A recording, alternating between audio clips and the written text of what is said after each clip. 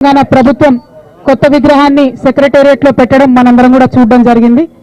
మరి ఆ విగ్రహం పెట్టేటటువంటి సందర్భంలో ముఖ్యమంత్రి రేవంత్ రెడ్డి గారు ఒక మాట అన్నారు. ఆనాడు యువకులందరూ కూడా టీజీ అని పచ్చబొట్టు ఓడిపించుకున్నారు కాబట్టి టీఎస్ తీసి టీజీ చేసినామన్నారు. మరి వాళ్ళ సూటిగా ముఖ్యమంత్రి గారిని మేము ప్రశ్నిస్తా ఉన్నాం. ఆనాడు ఎంతో మంది యువకులు ఎంతో మంది ఉద్యమకారులు కలిసే ఈ విగ్రహాన్ని పెట్టుకోవడం జరిగింది. ఇవాళ వేలాది గ్రామాలలో వేలాది తెలంగాణ తల్లి విగ్రహాలు ఉన్నాయి.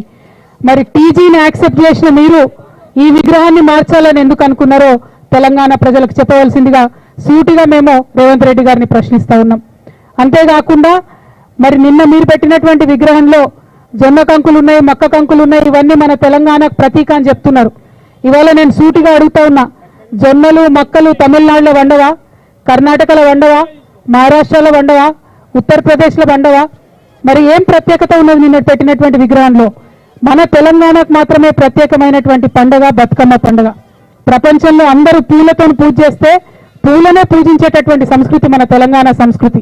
కోట్లాది మంది ఆడబిడ్డలు బయటకు వచ్చి చేసుకునేటటువంటి పండుగ బతుకమ్మ పండుగ.